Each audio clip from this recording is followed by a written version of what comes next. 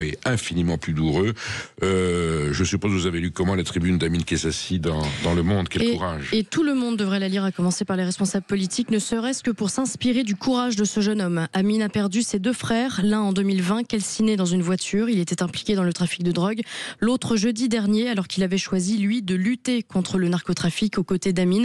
Il a été abattu par balle au volant de sa voiture. Une vengeance liée à son engagement contre le narcotrafic. Et oui, très certainement. On a tué le grand frère. On a tué et il l'a dit ce matin, on a tué mon petit frère. C'est ça. Rien. Mehdi, le second frère, était membre de l'association Conscience, fondée par Amin après l'assassinat de leur aîné Brahim en 2020, une association qui vise à soutenir les autres familles de victimes et à interpeller les pouvoirs publics. Et Amin n'y va pas de main morte.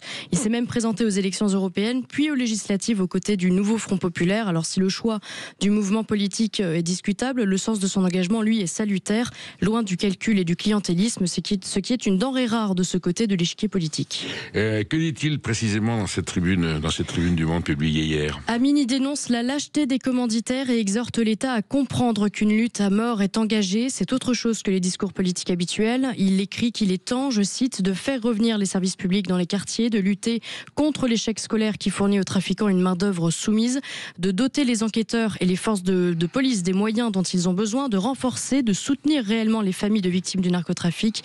Fin de citation. Son combat est loin d'être fini, mais pourvu que son appel soit entendu et que ces mots ne deviennent pas un prétexte pour certains de se dédouaner de leurs responsabilités. C'est toute la nuance entre ce qu'on appelle la récupération politique et ce vers quoi cette récupération devrait tendre, à la responsabilisation politique. Je pense que, la classe politique, nos gouvernants ont pris la dimension de cette tragédie, parce que là, on a franchi, le maire de Marseille l'a dit, M. Payan, on a franchi un seuil totalement terrifiant.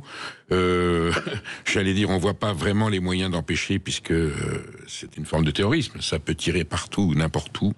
Alors il y a des initiatives, Place Net XXL, lancées par Gérald Darmanin. Bruno Retailleau a aussi, bien sûr, tenté d'enrayer ce phénomène. Mais bon.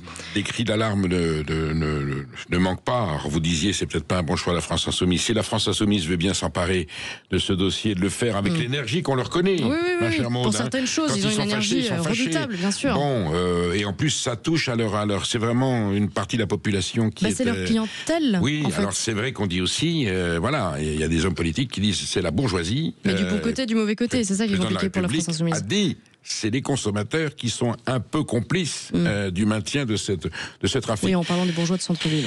Les bourgeois de centre-ville. Bon, écoutez, en tout cas, Amin Kezassi, courage, pugnacité, il ne lâchera pas le morceau, et évidemment, on est de tout cœur avec lui.